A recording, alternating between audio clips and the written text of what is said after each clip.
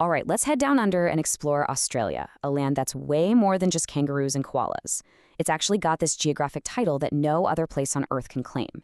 So, what makes it so unique? Let's dive in and find out. Okay, to kick things off, a little question for you. Picture a world map in your head right now. Can you name the one and only country on the planet that is also its very own continent? If you guessed Australia, you are absolutely right. It's in a category all by itself. I mean, no other landmass in the world can claim that dual identity, which makes its geography completely one of a kind. And that brings us right to our first section, the one and only. Let's really break down what this special status is all about. So, the term for this is island continent. It's a pretty straightforward definition, right? A piece of land that is, at the same time, a continent and a single country, and it's totally surrounded by water.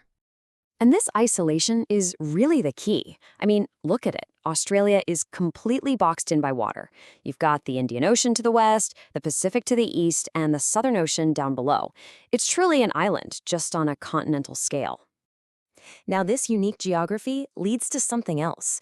It makes Australia a land of incredible extremes, especially when you start comparing its massive size to its tiny population. First up, let's talk about the size. Australia covers a whopping 7.6 million square kilometers. It's just huge. But here's the kicker. With all that space, you'd expect a massive population, right? Well, only about 26.7 million people actually call Australia home. That seems incredibly small for a country that big, doesn't it? To put that into perspective for you, just a single state in India, Maharashtra, has a population of over 130 million. That's more than 5 times the population of the entire Australian continent. It's pretty wild when you think about it. Which, of course, leads to the next logical question. If the country is so enormous and the population is so small, where is everybody living? Well, the answer really lies in the climate.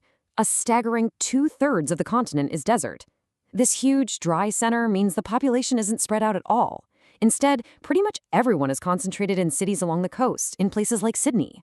So let's take a closer look at who, or what, is living there. This section is all about Australia's people, its cities, and, well, its surprisingly massive population of sheep.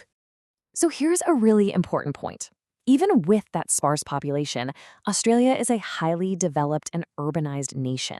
The vast majority of its citizens live in these modern, bustling cities, which creates such a stark contrast with the vast, empty outback. And what about those other major inhabitants? You gotta hear this. Australia has 3 times more sheep than people. Yep, 3 times more. It's a pretty amazing testament to the country's legendary agricultural and wool industry. All right, for our final section, let's do some rapid-fire fun facts that really show off Australia's truly quirky side. First up, geologically, it's incredibly stable. So stable, in fact, that Australia is the only continent on the entire planet that has 0 active volcanoes. Okay, next up, for a bit of local flavor, the city of Brisbane hosts the annual World Championships of cockroach racing. Yes, you heard me right, cockroach racing. It's a thing.